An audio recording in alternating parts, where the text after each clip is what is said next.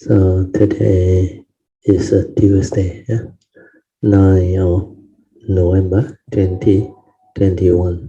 So we shall be continuing from this book sharing, The Essence of Infinite Meaning Teachings from the Adapted Verse of the Sutra of Infinite Meaning.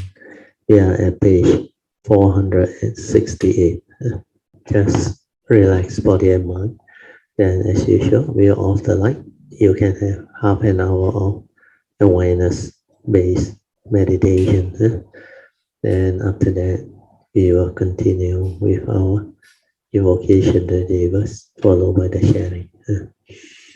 Okay, half an hour of awareness-based meditation. So always remember, this is to train ourselves to develop the inner mindfulness, the awareness nature, so that we are just aware without thought. To do it, you need the four support, especially the first three for awareness-based meditation. You need to be completely relaxed, body and mind completely relaxed. Relax means no stress, no tension, no tightness, nothing. The mind is completely free and relaxed. You are like at ease, body also at ease. So let whatever tiredness, stress, tension, or any mind states, let it relax and become peaceful. Then after that, the second support is maintain awareness. Just maintain the awareness. Don't try to do anything. Don't try to know. Just maintain awareness. Whatever arises, away, finish. So this awareness nature can only surface when thought doesn't arise, when sankhara doesn't arise. But it's not easy to have that mind state because living being has been heedless for so long. The mental hindrances are so strong. They lack the five spiritual faculty to counter this mental hindrance. So if that is the case, then you need to have understanding to develop this awareness-based meditation. That's why many people find it very difficult to develop awareness within, sati within, or to be mindful without thought. So their mundane mind, their thinking mind, are most of the time very heedlessly thinking. The continuous thinking is like the habitual tendency that they can't stop because of mental hindrance. The word mental hindrance means those are the mind states that will hinder your mind from becoming peaceful, from entering the meditative state of inner peace, inner calmness, and inner awareness to realize your true mind, the silent mind. So the first support is relax body and mind, then maintain awareness. Third support is maintain this awareness for as long as you can. Technically, it's 24 hours throughout the day. Initially, is your waking moment. Then later on, even when you are resting or into your sleeping moments, you can do that. That would be beautiful. This first three support is very important. Once the awareness nature arises and you can stabilize it, then you can meditate. You become very skillful. You become very different. Then you will understand many things on your own. Then later on, as you develop the meditative understanding more and more, you can develop the fourth support, which is trust. To trust your nature to do. Or sometimes they use the word surrender. You just surrender everything. Means no question, nothing. Just away and let the nature do its work. Because our true nature is already wise and perfect. It knows what to do. So when you trust your nature, it will move on its own, through its own understanding. So to do that, the thought must not interfere. That's why when the thought doesn't interfere, means you trust your nature to do the meditation. Then meditation become like very natural, automatic. Uh, the mind that is aware just completely relax, maintain awareness, and let that nature move to activate whichever part he wants to activate. When you have stabilized the first three support, when you are capable of maintaining awareness, then you should silence everything and just go to the heart area. If you are familiar anapanasati, it will also take you to the heart area. Whatever skillful means or object of meditation that you do, finally you will stay at the heart level, because the heart is a very special organ, and there is a gateway within the heart area where you can connect to your true nature, your true mind. So in order to realize that, you have to stay at the heart. Then the heart, around the vicinity of the heart, there is a pulse of life, where they call it your heartbeat. Where the heartbeat, that is the pulse of life. That is the karmic force that you receive from your karmic nature, from the universe. So that one trigger of life. So the pulse of life, when it beats, it will pump the heart. It will send the blood to nourish all the organ, everything. And it is also capable of giving rise to consciousness, because there is a source of energy, the conscious energy from the karmic nature. So this understanding is very important. That's why you stay at the heart area. Some people call it the seat of consciousness. Where from there, consciousness arises, the life force arises, the nature's pulse of life arise.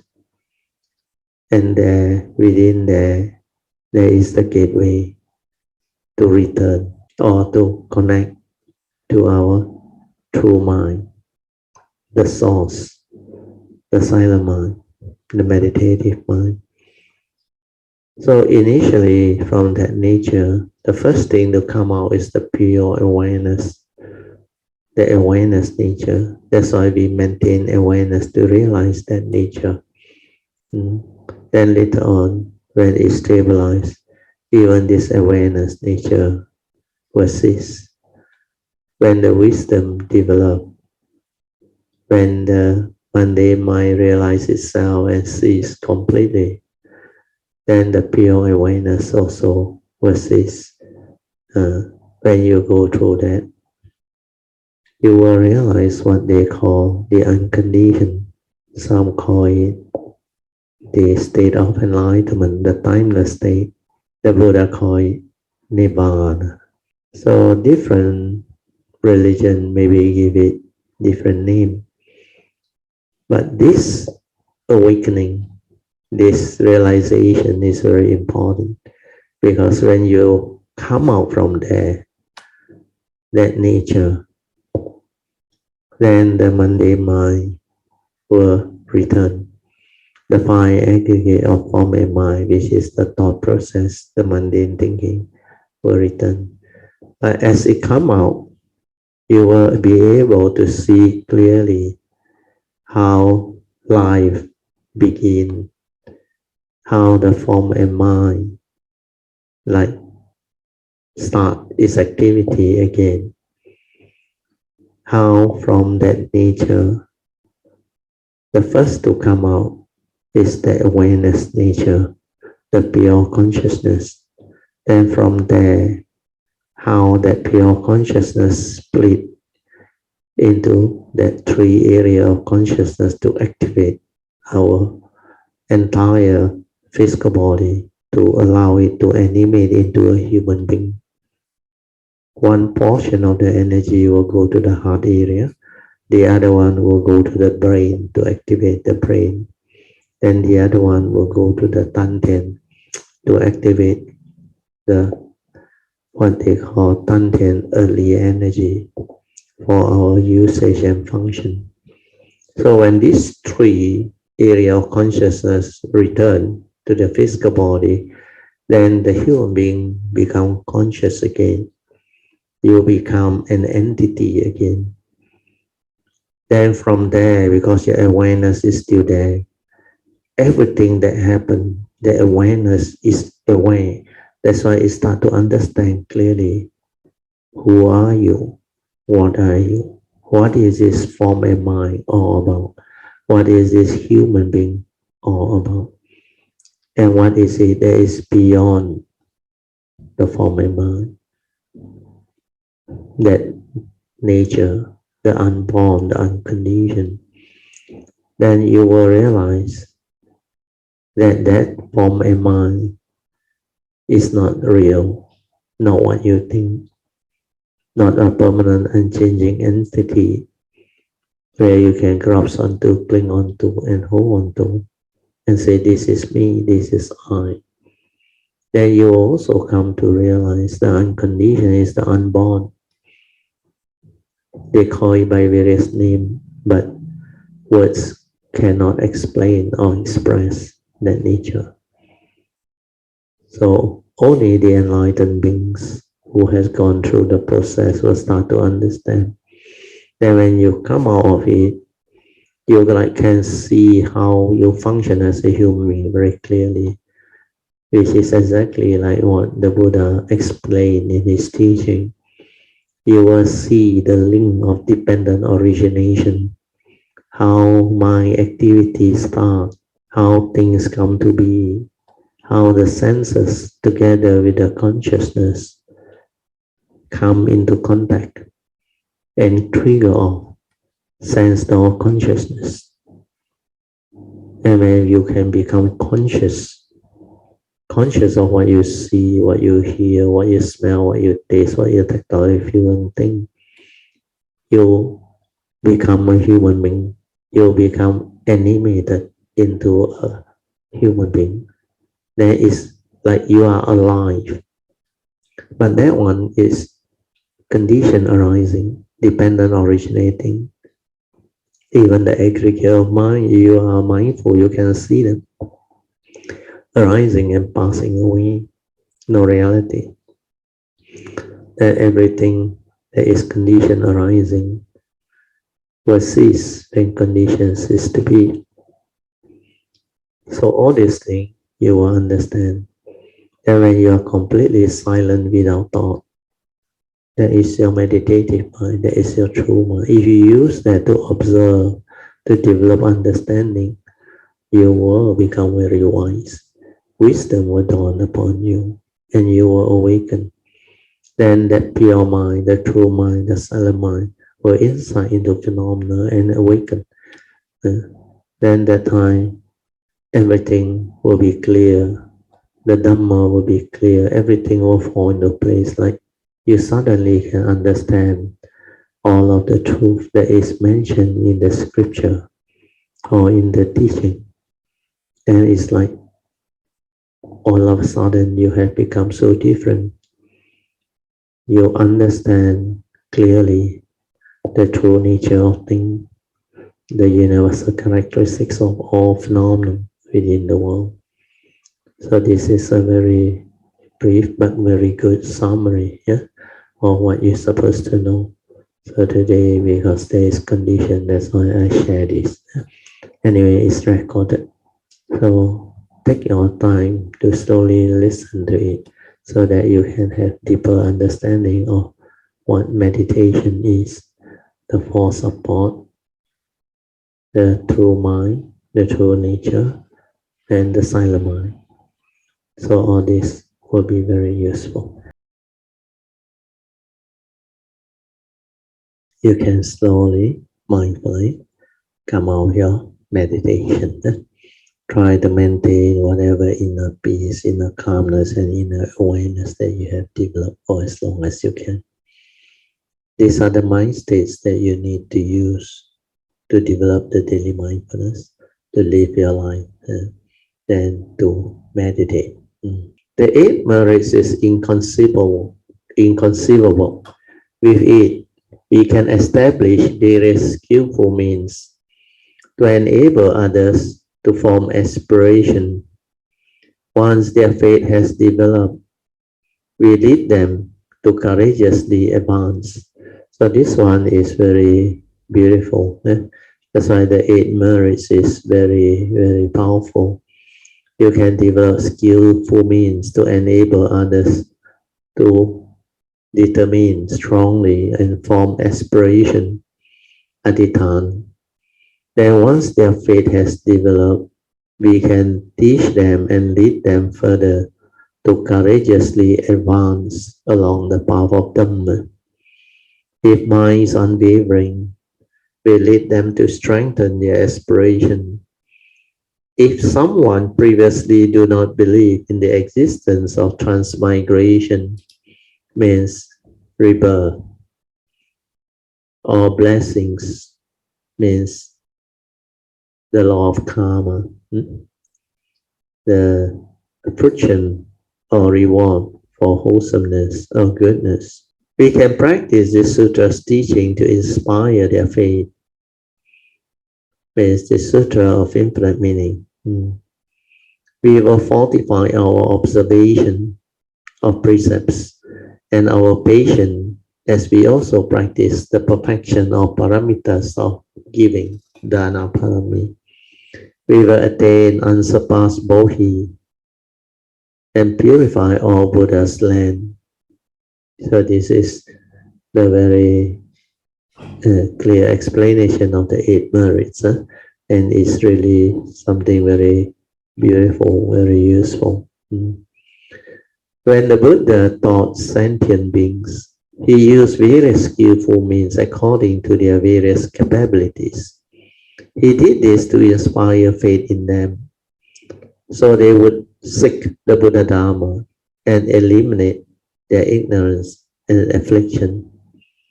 So this skillful means is very important, but it depends on the individual, and you must have the wisdom to understand each and every one of them. Otherwise, it's not easy.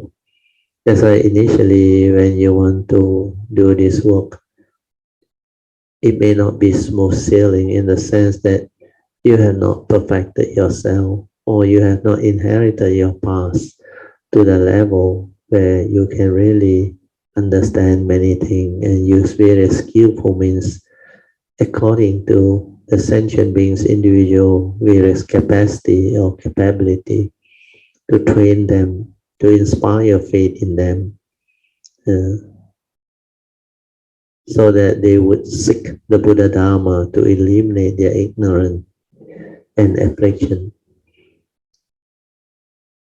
Through the last maybe 30 over years after I started developing this understanding to share the Buddha Dharma, I realized the best way to get people interested is when they have the causes and conditions to understand this teaching.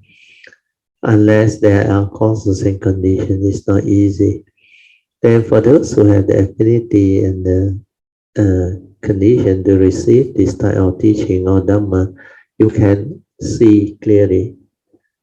They show a lot of signs.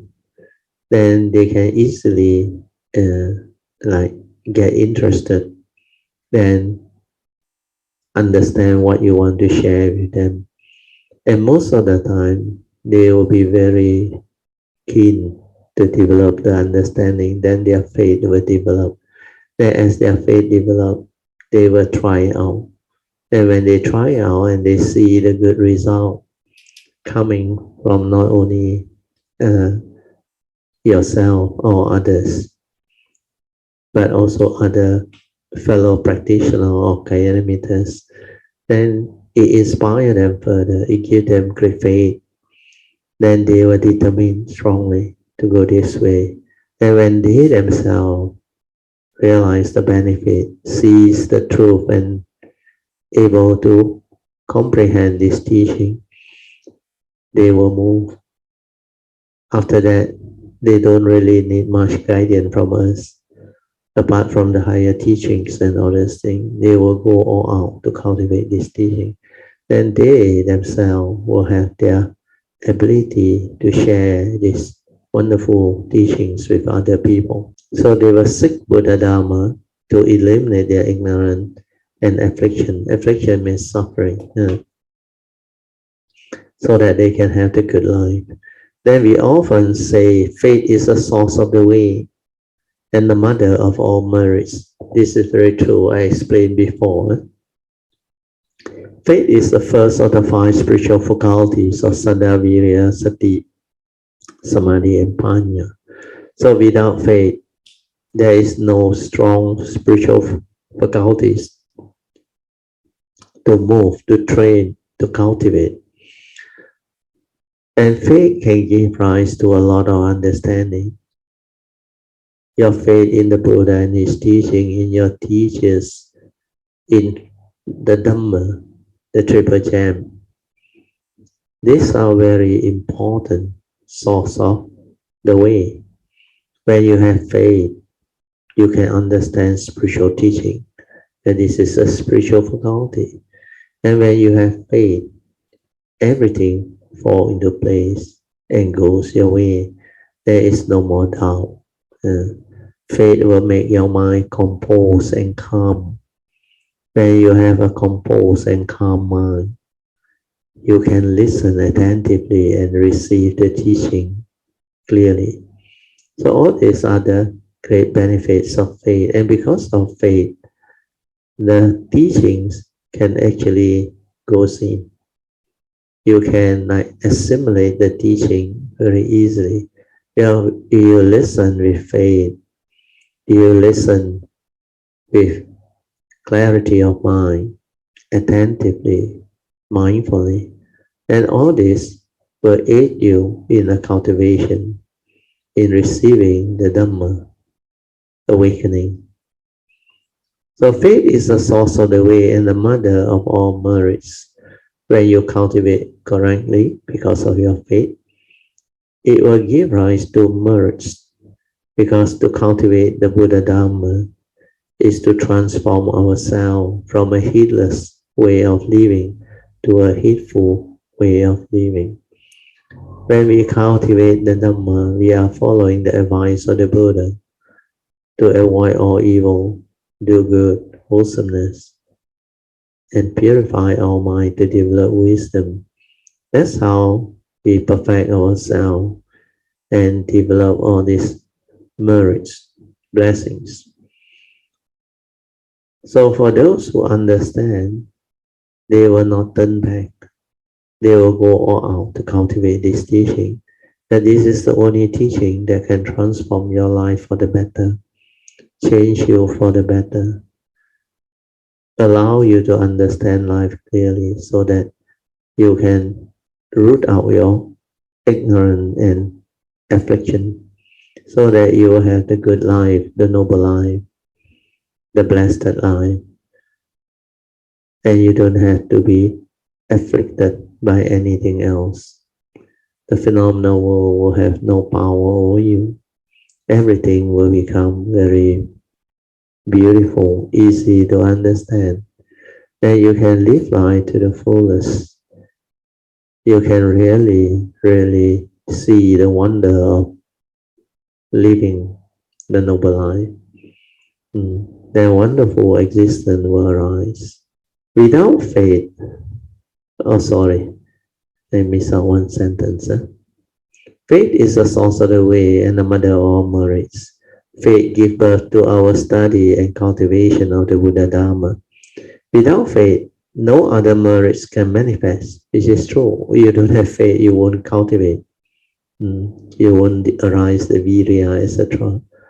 So without faith, no other merits can manifest. If sentient beings have faith and accept the Dhamma that they hear and understand, then without any thoughts of doubt, they can take the Dhamma into their hearts. Once their faith has developed, we lead them to courageously advance along the path of Dhamma. If minds unwavering, we lead them to strengthen their exploration. If we can inspire faith in people, they will naturally continue to dwell deeper into the Dhamma and advance diligently in their spiritual practice. Through putting the teaching into daily practice, everything they experience can help them to develop wisdom. The happiness that they gain from increasing their wisdom is Dhamma joy. With this joy, they can sustain the faith they initially develop and remain unwavering in their aspiration. So these are very beautiful understanding. If someone previously did not believe in the existence of transmigration or blessings, we can practice this sutras teaching to inspire their faith. Once people have established their faith and aspire to engage in spiritual practice, we must further deepen their understanding of causes and conditions. This one is very important. You have to understand the law of dependent origination, causes and conditions. So we must let everyone know that those who commit wrongdoing will face negative retribution, negative karmic retribution, and those who do good deeds will be blessed with rewards. After we have understood the principle ourselves, we must put them into practice through spiritual cultivation.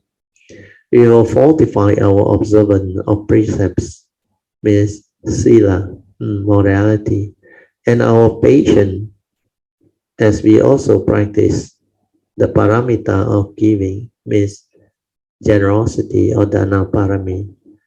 Giving is the first of the six paramita, the dana parami or generosity parami.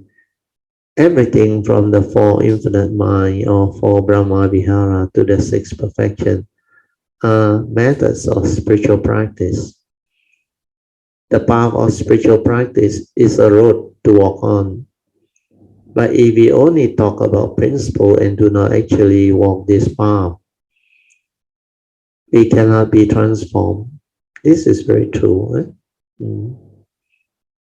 So everyone must first transform themselves by learning the Dhamma, which is the phase one Dhamma Pariyati, so that they can then transform others. If we can first put the teaching into practice in our own life, we can then guide others to walk this road with us and experience this Bodhisattva way.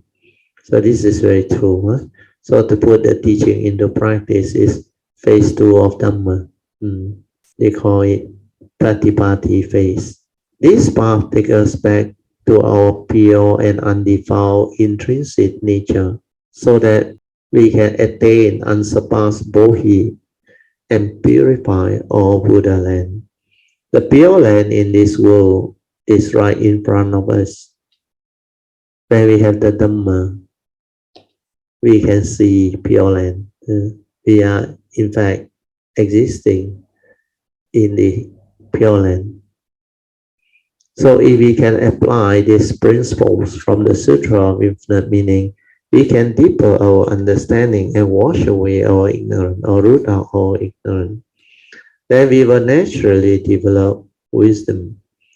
We can also explain the principles in ways that others can believe and accept. This is very true. Before you really have the ability, initially you find it very difficult to teach or to share all this teaching, to get people to believe you and accept what you teach. This is what my nature realized too.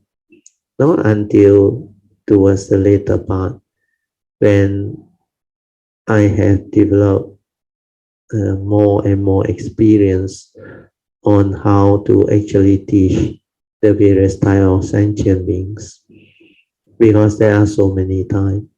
Then also it takes time for the understanding to stabilize, for us to go back to the level where we have cultivated in the past, to inherit our spiritual wisdom from our spiritual nature. That one also take a while. That as you develop all this, you become more and more skillful, that you will naturally be able to share and teach people and explain the principles of the Dhamma or the way that others can believe and accept, and thus help them to successfully complete their spiritual practice. This is what we do as Bodhisattva companions. Means we are companion walking the path of the Bodhisattva way. We are Dhamma friends. We have often said that we are closer to our spiritual family than to our blood family. And this is especially true when you are cultivating the Buddha Dharma. In fact, the Buddha Dharma will enable you to understand the beauty of spiritual family or spiritual friends. When you have spiritual friends who are true cultivators and sincere to their intent and purpose, you are among practitioners who are the most beautiful that you can come across in this world. That's why spiritual friends or family friends or spiritual family, they are very supportive and very, very interesting, in the sense that they really can help us, can help each other, motivate each other, and allow each other to learn from all. So the way of spiritual family or Kayamitas, spiritual friends, is the Dhamma way. That's the reason why the first of the 10 steps proclaimed by the Buddha in the Avijja Sutra to free yourself from ignorance, liberate the mind to become enlightened. The 10 steps of the Avijja Sutra start with spiritual friend, having Dhamma friends, spiritual friends. Where there is a prerequisite for cultivation, for enlightenment. Without spiritual friend, you can't. And all spiritual friends, the great beings of the Sammasambuddha, they are the best. So this understanding is very beautiful. So I will continue. This is what we do as Bodhisattva companions. We have often said that we are closer to a spiritual family than to our blood family. We are related to our blood relative as a result of the convergence of causes and conditions and karmic affinity or retribution. So our relationships are inseparable from suffering. So that one you have to understand, but not necessarily all are suffering. Well, some are karmic affinity, not retribution. You come as a Dhamma family because you have supported each other and they have the parami or affinity to be your children because they have been parents who also had the parami to look after beautiful children. So you reap what you sow. Do good begets good, do evil begets evil. So if you do your duty well in future, you will be born into a family that will also treat you well. So sometimes it's not just karmic retribution. That's why I add in the word karmic affinity. So sometimes blood relative can be as a result of the convergence of causes and conditions a karmic affinity, not necessarily retribution, but most of the heedless and deluded one, they come together because of karmic retribution. You have to pay your karmic debts. So our relationship in that sense, if they have to pay their karmic debt because of karmic retribution, are inseparable from suffering or affliction. But our Dhamma relatives are those, she explained, yeah. But our Dhamma families or relatives are those with whom we have shared a common mission. This is very true. We have all vowed to clean our mind with the pure Dhamma water and advance to the still and tranquil state of samadhi and wisdom. This is what brought about the condition for us to become Dhamma relatives and spiritual companions who help each other, motivate, encourage each other to walk the path of Dhamma, to develop wisdom life. So this one is very important. So you can bear this in mind, do your duty well. Every life you come, you cultivate, you create beautiful coming affinity and condition for your future coming. Do your duty. That is the most important. If you do your duty, everything will fall into place. To perform our duty is to live life in accordance with the Dhamma way. And the Dhamma way is very beautiful when you understand, when you perform your duty towards the law of nature, the karmic law. All this understanding, if you walk the Bodhisattva path, you will understand and it will turn out beautifully. That's why your life after a while will be very straight and very beautiful. Like you are very blessed. Your life is full of wholesomeness. Like you are very lucky. Every life you come, the causes and conditions are all in place for you. Like you don't have to really do anything. Just like the way I have understood my life, this segmented life. Like I share with you all. Technically, I didn't do anything. My nature arise, and everything was already there, fall into place. My nature just echo and flow, and everything just happened. It's like even allow me to plan, it will not happen so beautifully as how it had unfolded under nature's condition, because that nature's ability to understand all this is so like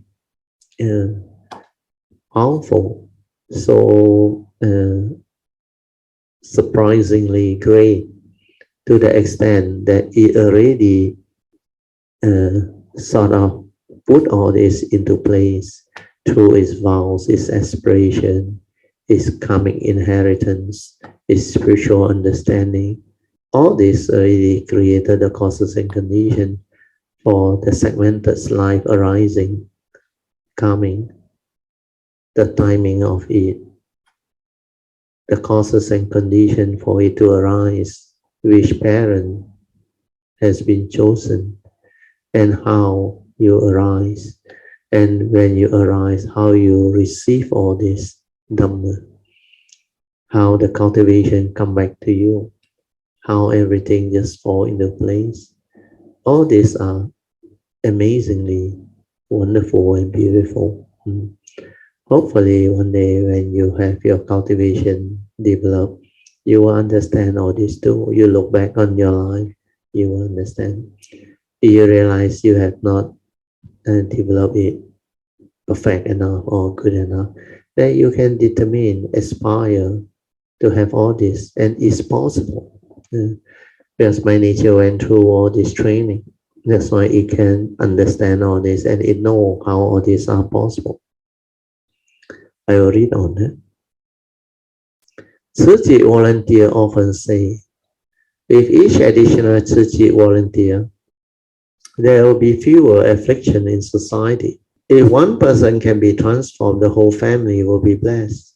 When Tzu volunteers share teachings with others, they often use their own story as example and even openly confess their past wrongdoing. They reveal mistakes to improve. Okay, we will go to note 61. There's a footnote 61. So footnote 61, revealing mistake to improve is a Taiwanese folk saying, literally deflate your ego for the sake of improvement. So this is a good skillful means. Deflate your ego. Don't be so egoic for the sake of self-improvement. Mm.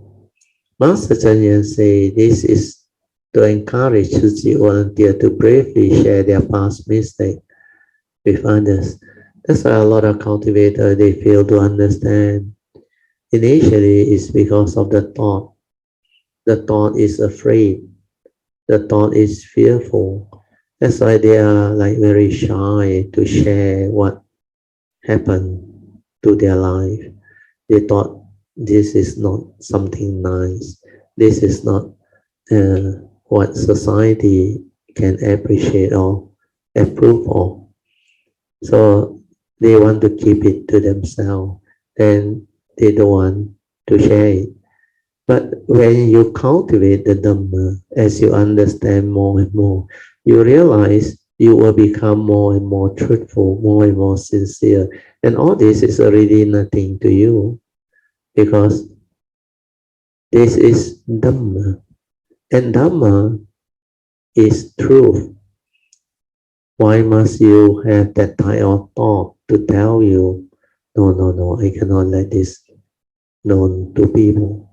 This is my secret. It will make me very shameful. It will like shame upon me and my family. So if you hold on to all this, it's still at the thought level through delusion. But I always say, who is fearful? The thought is fearful. It's not you. Your true nature will understand. This one is just a segmented form of mind. Every form of mind that comes, they make mistake. Before you have the Dhamma, you will make mistake. You also break your precept because you don't know what is precept do initially, unless your past is very special. You have that compassionate heart in you, and you have this loving kindness in you, and these are part of your nature, which you inherited from the past. Then you will not be faced with all this. But if you don't have, chances are you will go through life in a way where you make mistake. So mistake is a good way to learn. Without mistake, you won't learn. When you make mistake, you can contemplate, you can reflect, then you can share your experience with other people. That's why here is mentioned. They can help both themselves and others to understand the principles and vow to engage in spiritual practice. So if you can bravely, as such a volunteer, share your past mistake with others, it's very beneficial. So as an individual practitioner of Dhamma, later on, as you understand the Dhamma more and more, you will not hold on to that wrong view or wrong thought. Then you are happy to share because the mind that understands is no longer egoic. Who is shy? The egoic mind is shy, the thought is shy. When you share truth, when you share life experience, is to let people understand so that people can appreciate what you have gone through and people can learn from it because each and every one is different. Like meditation, if everybody cultivate on their own, you will not progress because you can only learn in a very limited way on your own. But if you share information, share experience, and have an open mind, it's just like science and technology, how they develop. They share information and technology, they write papers, They put out hypotheses, they share their knowledge. Then those who read them develop further understanding and maybe go deeper into it, then share back whatever information they know, then it will complement each other, and in a very good way, the jigsaw puzzle can be resolved faster, so that all this can be understood faster by more and more people. That's how education is important. You must have all this understanding. Okay, we will continue with the commentaries. By doing so, they can help others to understand the principle, which is very true. This is living Buddha Dharma, real life Buddhist teaching. Okay, before I continue, just maybe for the benefit of those who just came in late, today's pre-meditation briefing is very good. Do go back and listen to it, and do a short video clip on it, and you can get somebody to transcribe it. I think it's about 15 minutes or 15 or 17 minutes, around there. It's very good. It's about the meditation, the four support, together with understanding that nature, that true mind, and how you can go into cessation to realize the unconditioned nibbana. Then how, when you come out of it, how it happened and all those things. So all these are described there. So do go and listen to it. It will benefit those who have already developed the understanding. Okay, now we continue. Those with faith believe in and accept what they hear. They have no doubt about the Dhamma they comprehend. So this is very true. But the Dhamma is very strange. These are truths which are very unique. According to the Buddha, this Dhamma is Pacetang Veditapo Vinohiti. Pacetang means this Dhamma can be realized only by the wise, each for themselves, no one else. Unless you awaken that form of mind that has gone through the awakening, others cannot understand. So here what is described is very true. Those with faith believe in and accept what they hear, then they cultivate, they will have no doubt about the Dhamma that they have comprehended. Because they have deep faith in the Buddha Dhamma, in all Dhamma, they give rise to Dhamma joy, into the pure virtue of the three treasures, the Buddha, Dhamma, and the Sangha, and the causes of blessings and wisdom. They engage in worldly mission with a world transcending spirit. This is very true. After you understand this Dhamma, this nature's law that governs life existence, you really love the Bodhisattva way. You really love life. You see life very differently. That's why you will have a lot of Dhamma joy. And due to the beauty of Dhamma, here they use the word of pure virtue of the triple treasure, or the three treasure, means the triple gem, the Buddha, the Dhamma, and the Sangha. These are the Aryan Sangha. And their virtue are pure and limitless. That's why you make offering to the triple gem, or you pay your respect to the triple gem, like what is mentioned in the salutation to the Sangha. It will give rise to limitless merits or blessings. So due to the pure virtue or merits of the three treasure, or the Buddha, Dhamma, and the Sangha, the triple gem, and the causes of blessings and wisdom, they engage in worldly mission with a world transcending spirit. That's why, because of that, they really have that joy. because they see how blessings and wisdom after cultivating the Dhamma way or the Bodhisattva way, this blessing and wisdom that arise can help them understand life, transform their life, and deliver the result of the wonderful existence to allow them to experience the third phase of Dhamma Pativeda. That is the most beautiful phase of life, because that is the phase you get to live the life of an enlightened being, to receive the fruit of your hard work. After you awaken, you can live the noble life of enlightened being and experience all those wonders and beauties of life, and live life to the fullest. Then, because of that understanding, and you are able to witness all those, your faith is very strong.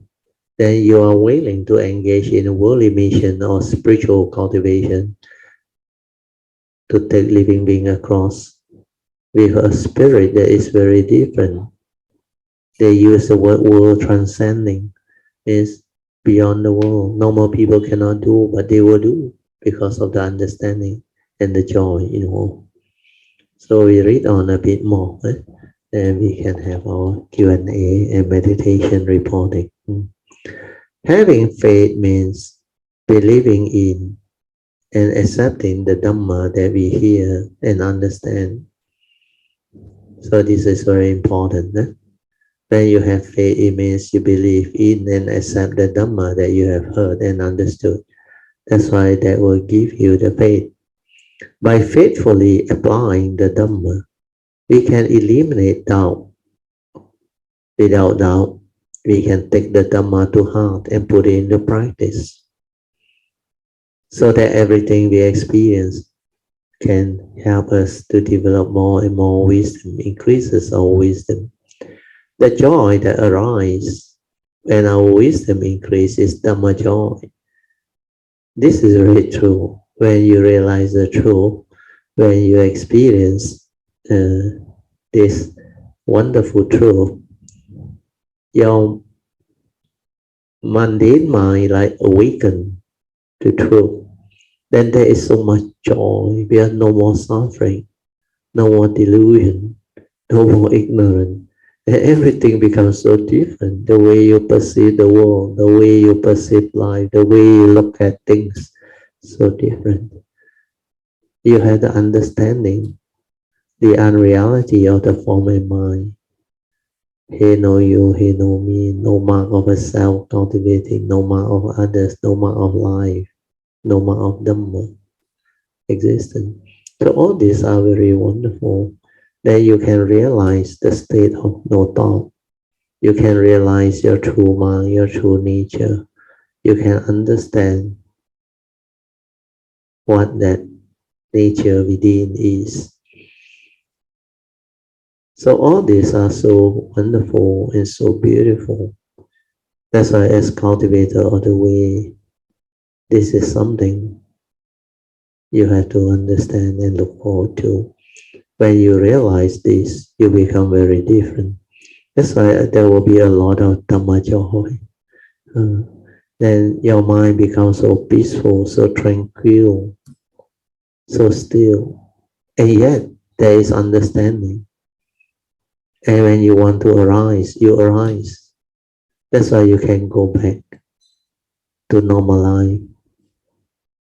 Like the three way of seeing mountain under the Zen teaching, Mahayana analogy.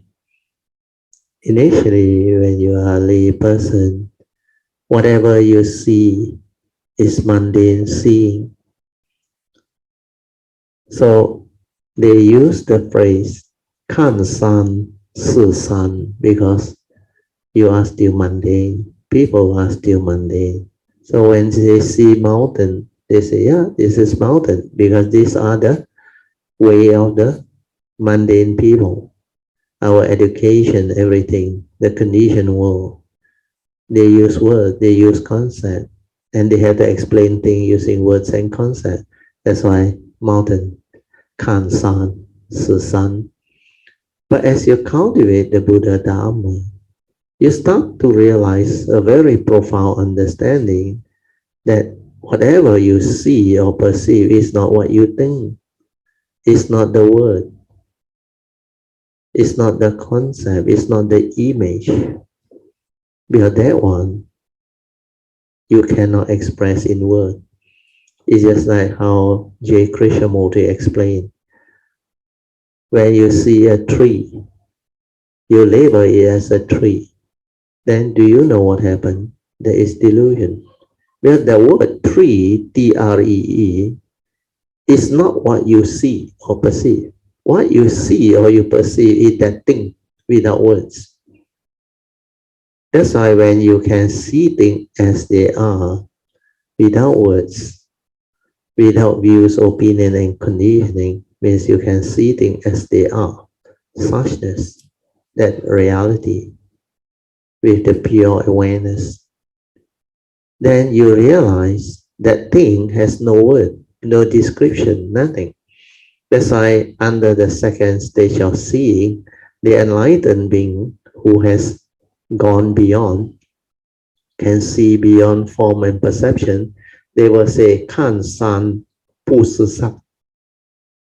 Because to them, it's not a mountain. Mountain is just a concept, a word, a description.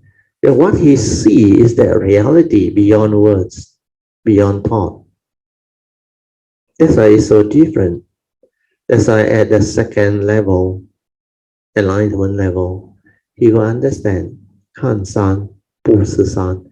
So that is the second phase of seeing. Then the phenomenal world of consciousness and form will collapse in front of you because you know these are all mimic, mental manifestation, consciousness. They arise and they pass away, they come and they go, no reality. So it's just a phenomenal world, conditioned world of consciousness. So when you see all this clearly, your mind changes.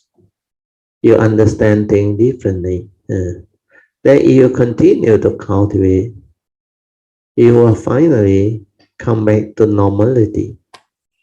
Normality means the third phase of seeing. You realize the form and mind is the form and mind. This one exists, pertain to the conditioned world, even though you know there is no mark of a self. But there is such a thing as a human being, a living being. And this is subject to karma. That's why you will know how to do your duty. You will know how to live life. And this one can live life, even though it's impermanent, goes the way of nature. When you attach, cling, and grasp, it gives rise to suffering. And because it's impermanent, it's not a permanent unchanging entity. When conditions cease to be, it ceases to be. That's why there is birth and death.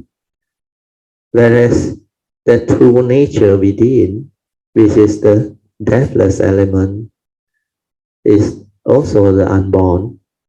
Whatever there is the unborn never die. But that one is not a human being, it's not a entity where you can hold on to. Well, that one cannot come out and live life, not like this mundane mind. This mundane mind can actually manifest through karmic and get trapped in the form and mind, in the physical form, to become a living being or a sentient being or a human being in our case, and animate into a live entity. But that is not us. That is just a condition arising phenomenon. So all this you will understand. Then you will realize life is beautiful, meaningful, wonderful. There is such thing as life. Life recognizes relationship. There is this law of karma where it is subject to. Then you will know that you have to do your duty. Do your duty means you echo and flow. You merge yourself with society, with all things. That's why at that phase, you understand life completely, both the conditioned and the unconditioned. then you can leave. Then during that phase, the third level of seeing arise. Kan san, yu su san. That time, when you see a mountain, you will say, yes, it's a mountain. You will not disagree anymore. Whereas in the second phase of seeing, you can still disagree. But to you, there is no such thing as mountain. Kan san, pu su san, where there is the direct seeing, the pure perception before the words and the concept come out. So when you move beyond that phase, you go back to normality, means you can accord and flow and live life, do your duty. When you meet an enlightened being who say, Kan san, pu su san, you can also agree, yeah, pu su san, there is no mountain. Then when you meet with the sentient being or Puthujana who is not enlightened, he say, there is a mountain. Ah, yes, it's a mountain. So you can agree to either of the situation because this is the Dhamma phase, wisdom phase, where you avoid conflict, where you don't cling on to duality, where people are just the way they are. Sentient beings who are enlightened, they see things differently. Those who are not enlightened, they see things differently again. Those that have gone beyond both the conditioned and the unconditioned, when they have developed the wisdom of both sides, then they become normal again. That's why at certain phase of my life after 1989, I realized I can go back to normality. At certain phase, I doesn't want to mix around. I doesn't want to talk. I didn't even want to play mahjong and all those things. I stop everything. It's not to say I don't want to do. I don't like to do. No, I still very good at it. I can still do, but no more meaning. No more meaning. Then later on, I realized the third phase of life, the Pativeda. Then I have one teacher and sitting two guys who share with me this beautiful understanding. One of them is a monk, I think, from Thailand, Achayantra. He told me, he said, the monk is not the one with the rope. If the one with the rope is the monk, you rope the rope of the monk onto a tree, you don't tell me the tree become a monk. That one trigger, oh yeah. The monk is by virtue of his Dhamma, of his heart. You are a monk when you have the Dhamma, irrespective of whether you are ordained or not, you have the robe or not. But of course, you can take your refuge, you can take your precepts, that one no harm. Like this night, my whole family took our refuge under Master Xuan Hua. So all this is very beautiful understanding. Then later on, I came across my lay guide or lay teacher. They are lay people. That's why they also speak in a different way. To them, they also have certain understanding of their own. So they can still live the lay life and develop the training, the cultivation, the understanding. That's why later on I came to know that all these are possible. Then one day when I was going through the internet, I saw this very famous great being, Vimalakirti. I read the Sutra, then I knew that this is the guy that my nature will follow. Because he liked to come as a lay person. He has a different character. He is a very accomplished cultivator. He has met, according to the Sutta, 90 million Sammasambuddhas. encounter and develop affinity with them. Not 90 million sainthood or enlightened being on here, but Sama Sambuddha. And because of that, he has a very unique way. And when people ask him why you like to come in the lay form, he said, so that people who look at the external form will not recognize him. Because these people look for outward appearances. They don't have the Dhamma mind to detect the true cultivator of the way. Then if you want to do the work of a bodhisattva, you want to save sentient beings, there are a lot of things that you cannot do as a monk because they have their rules, their monk's precepts, many things they cannot do. Whereas as a lay person, he can do almost everything that a normal sentient beings can do. Then he find it more suitable, more appropriate and easier for him to fulfill what he wants to fulfill.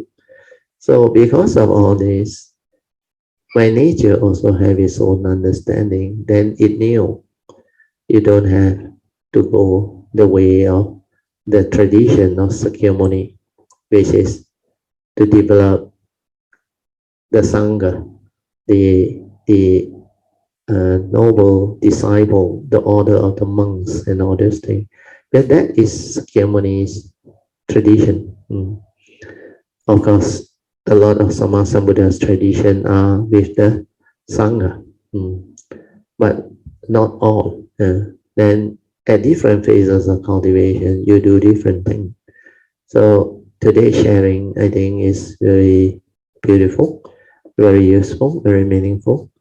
So with this, I will stop at the commentary where we were at just now, so that we can have more time for second session. Then we will open up for Q&A. So just share a bit of my cultivation. So the last sharing. So Ratio mentioned that I think I was a bit over asserted. Yeah. On the without knowing that the thought without knowing that the thought wanted to be aware of the heart. That is true. Yeah. Because I think I was not relaxed enough. Correct. Yes. Yeah. After that, ever since that, so there's no such thing happen.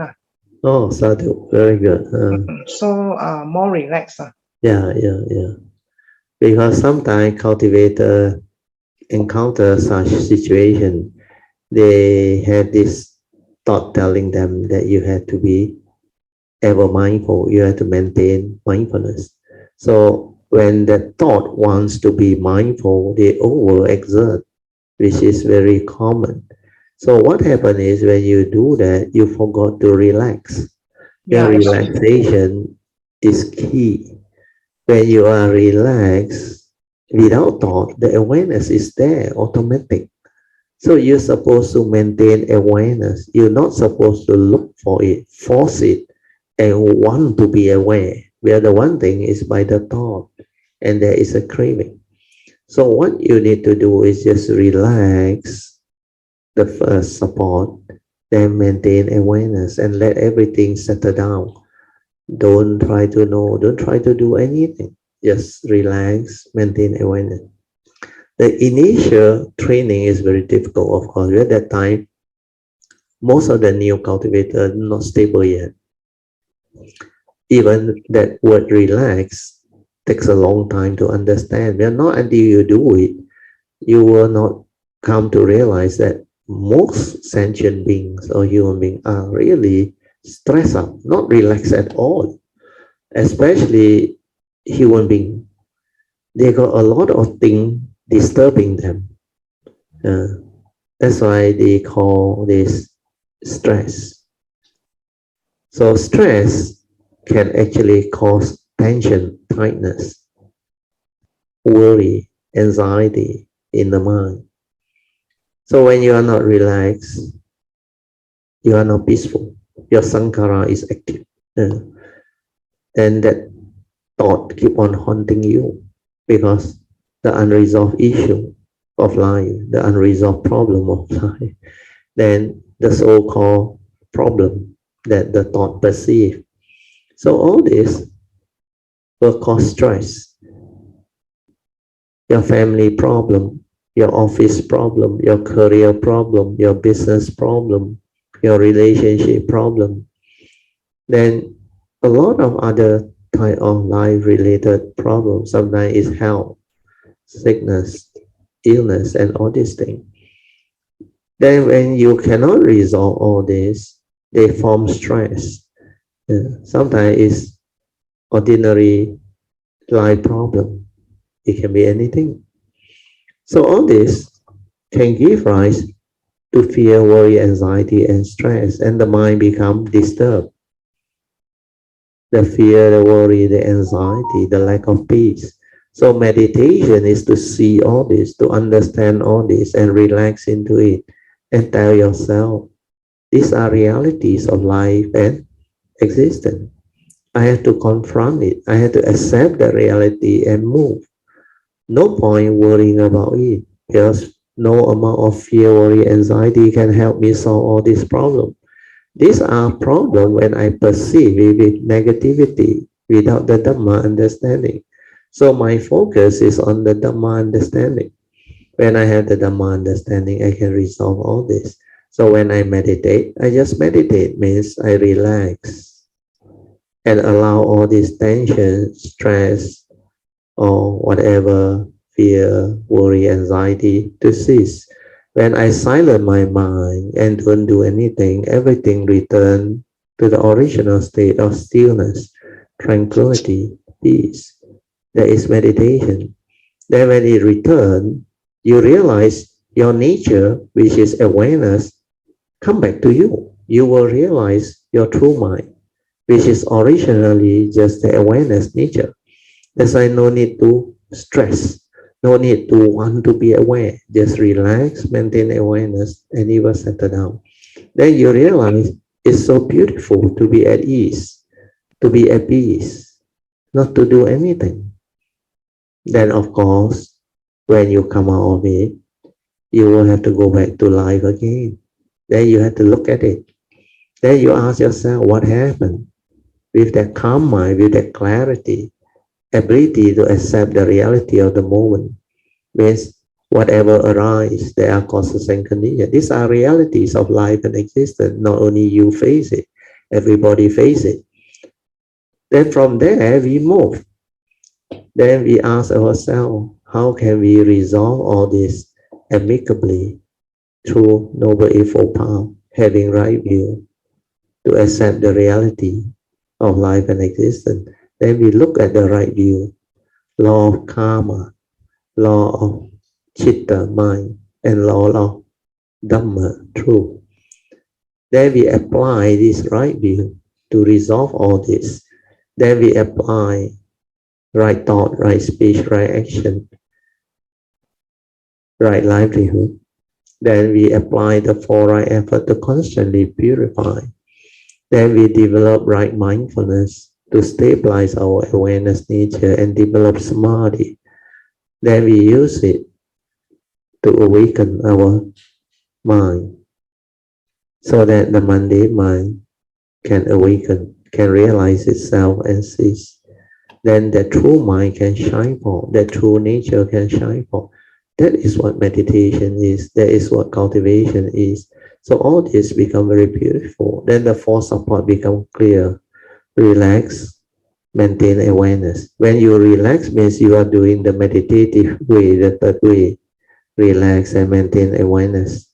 And let the mind settle down. All the emotion, fear, worry, anxiety, the condition arising mind state which are not intrinsic to our true mind or nature, they will start to slow down and cease. Then when you realize that cessation or the silence before the cessation, that is your true mind. That is your silent mind, your meditative mind. There is tranquility, there is still. Then from there, how it starts to create problem again, how it starts to stir, react, and give rise to sankhara activity again. Meditation is to see all this, understand all this, so that your mind can free. Then after that, when this awareness stabilizes, the meditation will move on its own.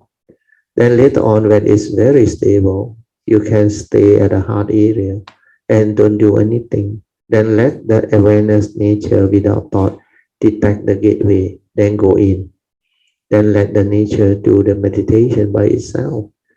And all this will fall into place and you will progress very fast. So Elsie, sadhu to you for giving rise to the condition for me to share and explain all this. So now, hopefully, with your new understanding, it can help you progress faster. Yeah, sadhu, Yeah, sadhu. sadhu. Yeah. You can continue your sharing. Yeah. I noticed that since we are doing the awareness-based meditation, so we are more. I'm more aware of my surroundings.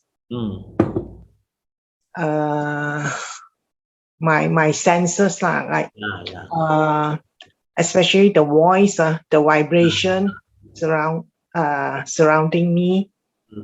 So it's more sensitive and also very easy to pick up all this vibration.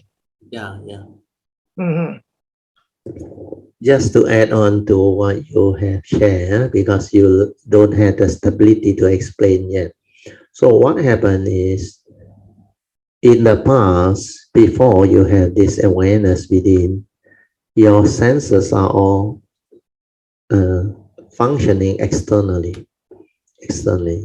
Then whatever you see, whatever you hear, you smell, you taste, you tactile feel or think, it will condition sankhara activity, thinking, mental stirring and reaction.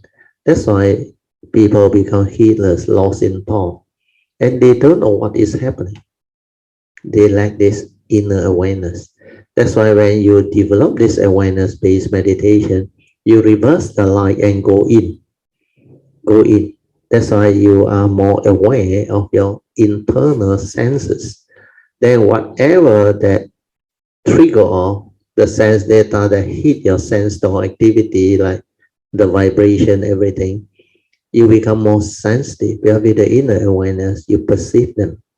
Then when you perceive them, before your memory, your brain activity, your accumulated views, opinion, and conditioning input the content of consciousness, you can be aware. You can see them. You can understand. Then after that, what happened? Your habitual tendency, how you stir your mind and how you react to familiar sense experience or life experience. It has become so habitual. You start to understand. Then from there, you can inquire.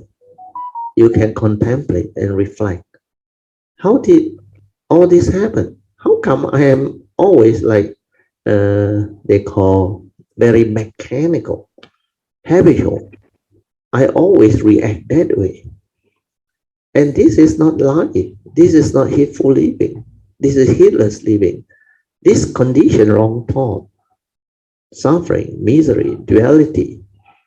You are preoccupied with right and wrong, wholesome and unwholesome, good and bad, pleasant and unpleasant sense experience. So these are all defilements, wrong thought, dualities. Then you start to see this is heedless living, very agitated mind states. Throughout the day, you keep on reacting to sense experience. Then when you start to understand all this, you will see their universal characteristic. Like the Buddha said, all these are sankhara, means mind activity, mind make our day, dependent originating, condition arising, causal phenomena. Because of your views, opinion, and your conditioning, you react that way, you stir that way. So you start to inquire, how can I reverse all this? How can I become normal again? How can I be at peace to every situation in life, to every sense experience that arises within my own sense basis or form and mind? That is how you apply the Dhamma to actually root out the wrong view. Then you realize you lack this ability to see things as they are, to accept the reality of the moment, to accept people for what they are. Then all the Dhamma that I share, that the Buddha share, become clear. Then you realize no wonder the Buddha say learn to see things as they are. Direct knowledge and vision of the truth, of the reality, jnana dasana. So all this starts to become clear. Then from there, you start to reverse your understanding. You start to accept the reality of the moment. Like the Buddha said, whatever they arise, they are causes and conditions. And with your right view, you can accept them. This could be due to past karmic. That's why now it happened. We become the victim. These are the karmic, what they call debts or karmic obstruction or karmic friction or retribution that has come back to haunt us or has arisen to allow us to pay back time. So all this understanding will arise, then we can actually transform our understanding, straighten our view to accept the reality of the moment and not to fear, not to worry, not to blame, not to become emotional, angry, fearful, no more. Then with that understanding, we are at peace. Then when we are at peace, we have this yoniso manasikara, initial wisdom, that will allow us to have more and more moments of peace. That's why our mind will not be heedless like before. We will not react to sense experience. We will not stir habitually and all those things. So all this is what Avijja Sutta is all about, transforming ourselves. After step 3, after the faith all developed, you straighten your view, you cultivate initial wisdom through first turning, second turning, and third turning wisdom. Then from there, you develop yoniso manasikara, initial wisdom, which will prompt you at the moment of sense experience. That's why you become different. You understand things differently, you transform. Then after that, you will have more moments of peace, tranquility, silence. Your meditative mind transform. You will realize your true mind and more space between thought, awareness. That's how you develop step 5. Sati sampajana, mindfulness and clear comprehension. Then your mind becomes heedful, aware, tranquil, still, mindful most of the time. And from there, it develops heedfulness. Then it cultivates Noble Eightfold Path. Then when it stabilizes, it will develop the wisdom more and more. Then after that, the next step, which is step 6, is sense restraint. You can do it already. That time you won't break your precept already, which means you are at least Sotapan. Yeah. The Sotapan cannot break their precepts anymore. So all this will happen. So this is the added part to what you are going through. So hopefully all this will help you. Elsie, sadhu to you. Yeah, sadhu. Normally, actually for me, quite my mind state quite peaceful and I won't easily stir up. But this morning when I recall back this morning when I went to pack some food before I went to work. Yeah. So actually, sometimes our habitual tendency it just but normally again. Normally for me I don't I don't normally have this kind of reaction, but this morning when I went to pack lunch before I went to work, so the boss was not there, and the Indonesian who came to serve me. Oh, okay. So I was like, I don't like the Indonesian who served me, you know. So I was thinking I wanted the boss to serve actually. Yeah. So this tendency, habitual tendency just pop up. Then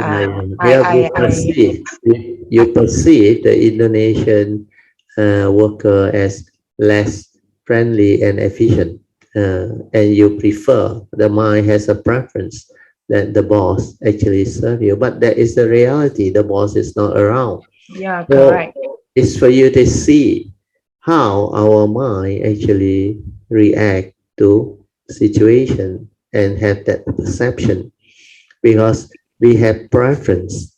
So preference is actually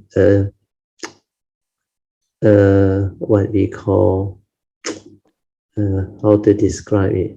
When you have preference, it's a hindrance to cultivation. It's just like when you watch a game, can be badminton or tennis or what. If our own national player is playing, when we watch the game, we tend to support our player. Then we are not really watching the game as something that we are supposed to watch. So that perceived preference, or that perceived taking side, a biased position, will prevent you from enjoying the game and seeing the game. So it's just like when your player from your nation lost, or you feel and all those things, you react. Because this is normal for human being. But when you have the understanding that this is just a game, badminton, the better player will win, and you can understand what karma is like. Some people with the better condition and the karma, they will win on that day, and sometimes meticulously. Like that day, I remember the high-low final between Li Zizia and this Singapore player. I forgot the name already. So Li Zizia is supposed to win. The first game he won, then second game he did very well. He was leading. Then that Singaporean player injured his hand actually. So I thought he will win. But then when I continued to watch the game, I knew why. It's meant to be that he will lose, because he almost practically threw away his game towards the end of the second game. I think he was injured. His back has problem. Then he gave up the second game. Then the third game, after playing for a while, which he tried, but he knew he can't. That's why he surrendered the game without finishing off. And if you watch it without bias, without preconceived perception of what you prefer, then you can really accord and flow and be with whatever you are watching. So for your case, it's a learning curve where you can help to maybe overcome in the future. That's why you will come to realize the subtle craving or desire behind our mind. When we have preference, we create preference. We create what they call subtle craving for things. Like you say, most of the things you can accept already. You can accept them for what they are. Then you can smile. But the slight reaction from inside, the subtle reaction, is still there. So this one, you have to straighten it and root it out still further, until finally you can just accept the reality of the moment. Because that is what happened. That is the reality. The boss is not there. It's either you make a decision, come back later, or not to buy from him.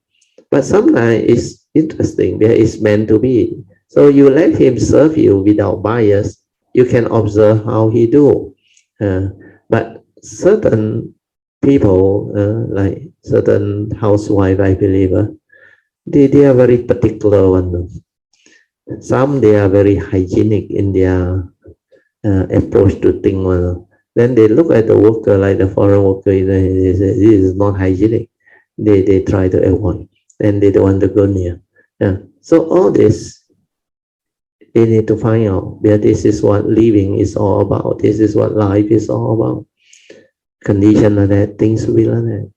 So we need to actually root out all this, develop the understanding, and we transform for the better until all this very fine type of subtle reaction to mind or preference are rooted out.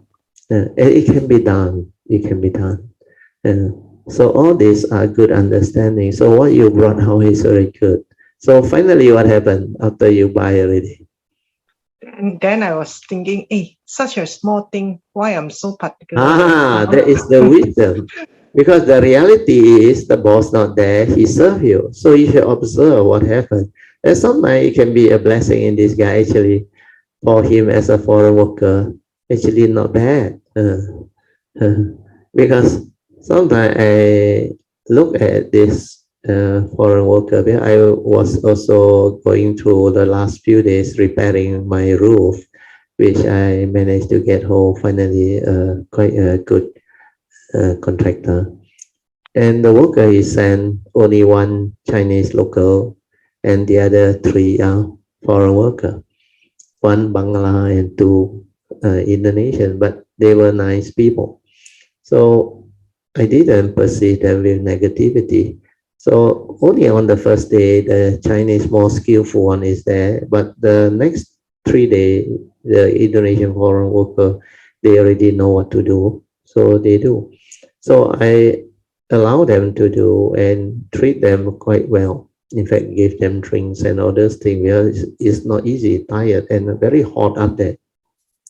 And I deal direct with the boss who actually organized this. Then I came to realize that because the way I treat them, they are actually very nice and very friendly.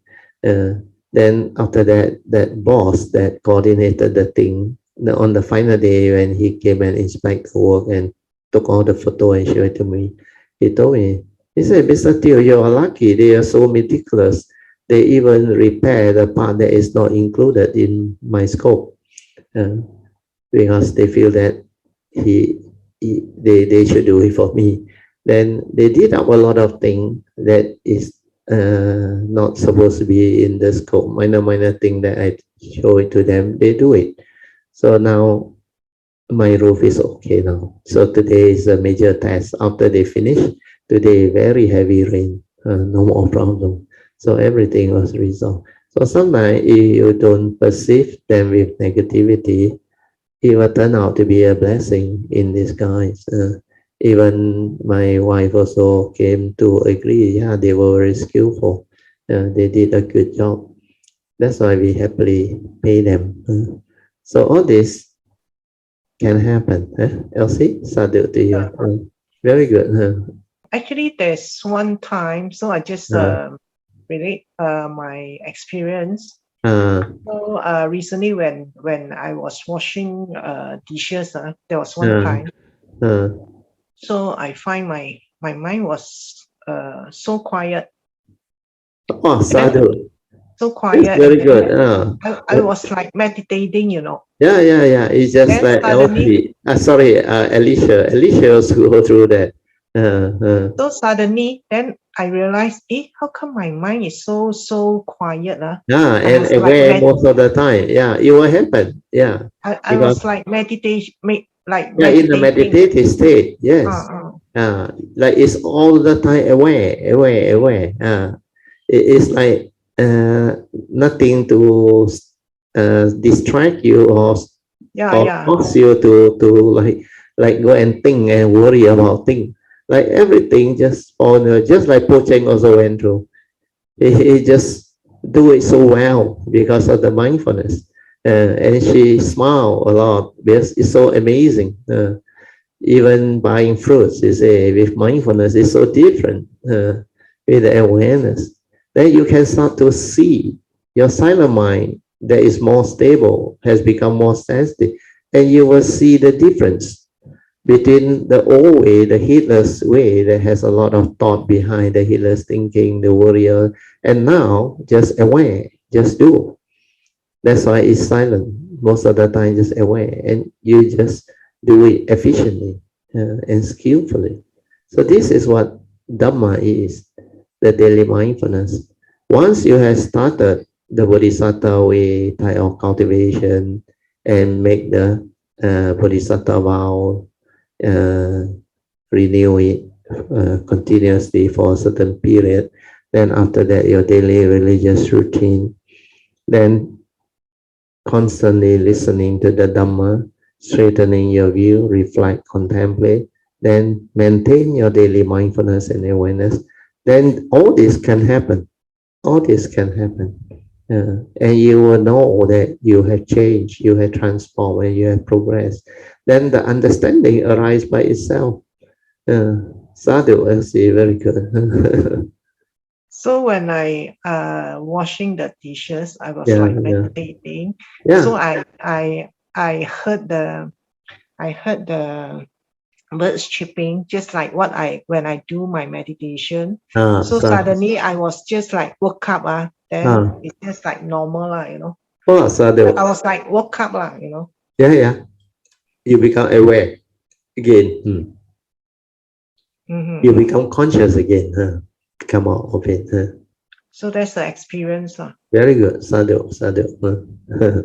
Actually 很 amazing， 我觉得，我跟 LC 讲something happened to me, but but 我就是full of joy, and then 怎样讲啊，就是好像 brother 就讲的 just aware 这样啊，对，就是你发觉到你整个 form and mind 好像就是不同了，就是你会了解 very clearly that this is just a phenomenon, a vehicle and a tool for you to come to this existential world. So use it, make use of it, and do your duty.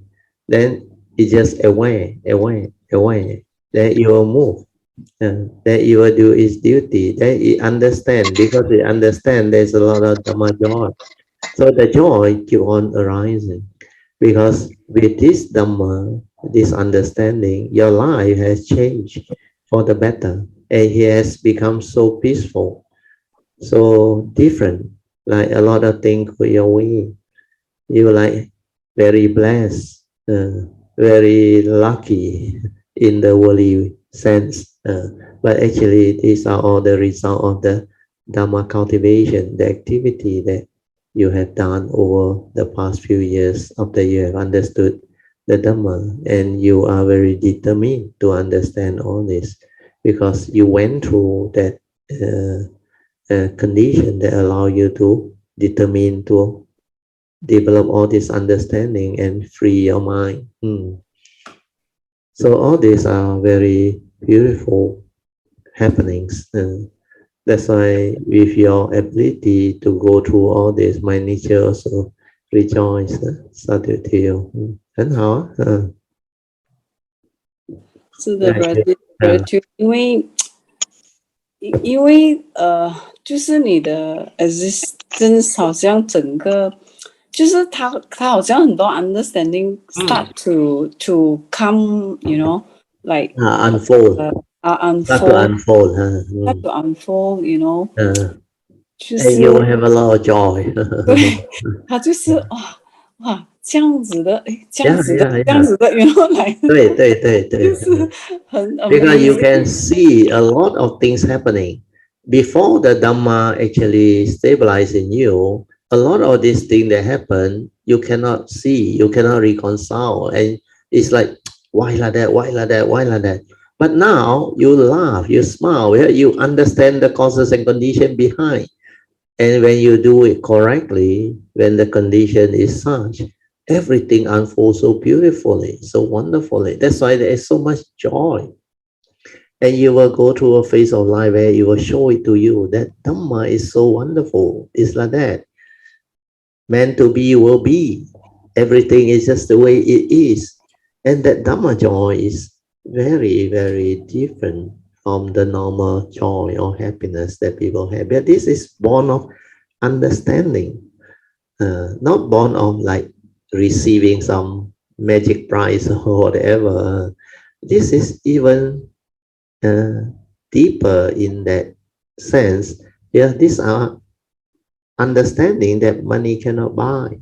Even if you're very wealthy, you cannot use your wealth to buy this understanding, because these are wisdom, understanding that you have about life, about existence, about the form and mind. So Dhamma is very wonderful when it unfolds. So for your case, I can understand what you're going through, which is very good. Sadhu to you.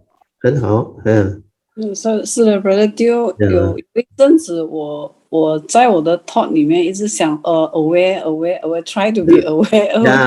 那个 actually is a type of 你做不到的，做不到的。That's why you must be natural. So 我 after 我 go through all this， 我了解到的是而且明白到很多东西都是要很自然，自然很 relax 的，对，很自然。要去接受，对，是，就是你的 cultivation 走到哪里，它就会 manifest 出来给你。对，给你看，给你 witness，That's why you will have a lot of joy and understanding. Sadhu 很好啊，就是 I think cultivation is in such that 你要step by step 去 go through， then 你去 understand， 然后再迈向一步，再慢慢 you know like 它就是很多时候的发生就是 Brad 讲的 it's part of the way for you to part of the way for you to develop understanding。对，我们去develop 那个 understanding， 然后就知道哦，原来是这个这样。都很多时候就是，所以我有时跟 LC 讲是说，因为你如果没有经过这些 test 你都不能够了解的，不了解这个事情是为什么会这样啊？对，因缘法你也不能够知道，所以it's like a blessing. Whatever happened 都是一个 blessing 来的。It's a blessing in disguise, meant to be. Whatever that is meant to be will be. That's why 你经过了你就会了解了你会 sometimes just smile. It's meant to be. That's why it will happen. So when it happened, it could be a blessing in disguise. Initially, it may appear like, why like that? But later on, you find out it's meant to be. That's why earlier on also the same thing happened. In fact, I was getting some quotation for the roof repair. The first one I got was another contractor that did my house recommended to me because he retired and he is not free to do because the son take over. Then he said, don't worry, brother Teo. He said, Mr. Teo, I recommend you. So I thought he recommend one should be reliable. Then it so happened, it turned out that this guy came and have a look, then gave me a proposal. Then I sort of trusted him because of the earlier contractor that did my house very well. So I said, okay, when can you start work? So initially he told me, he said MCO, they need approval from CIDB and all this. So I said, okay. Then I waited 2 months. He didn't start work. Then later on, I chased him. I said, now phase 4, the MCO over, no need approval already. So when can you start? So finally he told me, okay, in 2 days time, I will start work. Then 2 days time, he didn't even call me until I have to call him. Then he said, okay, I dropped by. Then when he dropped by, he told me, he said, I had to look at your roof again. I had to do some measurement there. I had to order the material, which means he was not prepared. No. Then later on, I said, okay, you go out and measure. Then suddenly that night, when I text him, so can you start work tomorrow? He suddenly replied me, he said, sorry, he said, I don't have the time to do your work. Just like that. So normal people would have created the thought, you waited 2 months for you and you tell me. That's why finally I received a message. Then I wanted to call him and confirm what happened, see whether it's because of some misunderstanding or not. Then he didn't reply. Then the next morning he called me. Then when he called me, I straight away know already. He said, sorry, he said, because something he cannot do the work. I said, it's okay, never mind. I said, then you don't need to do it. I said, then I get another contractor who early on quote to me, although his price was higher but more comprehensive. Then I call up this contractor. Then he said, oh, okay. He said, I remember you. He said, although 2 months ago. Then he said, if you want me to start work, I can arrange. He said, 3 days. Give him 2 or 3 days. I remember he said. Then I said, okay, I reconfirm with you. Then I discuss with him, then maybe get the quotation firm up. Then he discount to me the few $100, I think, Cai Tao. So I say, okay, go ahead. Then it turned out blessing in disguise. That's why you don't go and react. Whatever happened initially may be like 一个不好的影响. So you like normal people react and say, oh, I waited for you for 2 months, then trusted you because all this is no more reality, no meaning. You dwell over Sankara activity, thought process for what? The reality is he has made the decision. He is the way he is. So we have to accept him for what he is. Then we have to move on. Move on means I have to make another decision. That's why I did that. So all this, you understand, just like what you mentioned, you accept everything as part of the way, then you come to realize it's actually meant to be. You have to go through this phase. You have to go through all this for the correct thing to happen. So in life, it's not like every time you perceive something with negativity, you become unhappy, you react. No need. Sometimes like accident happen already, resolve it, finish, move. That is life. That is Dhamma.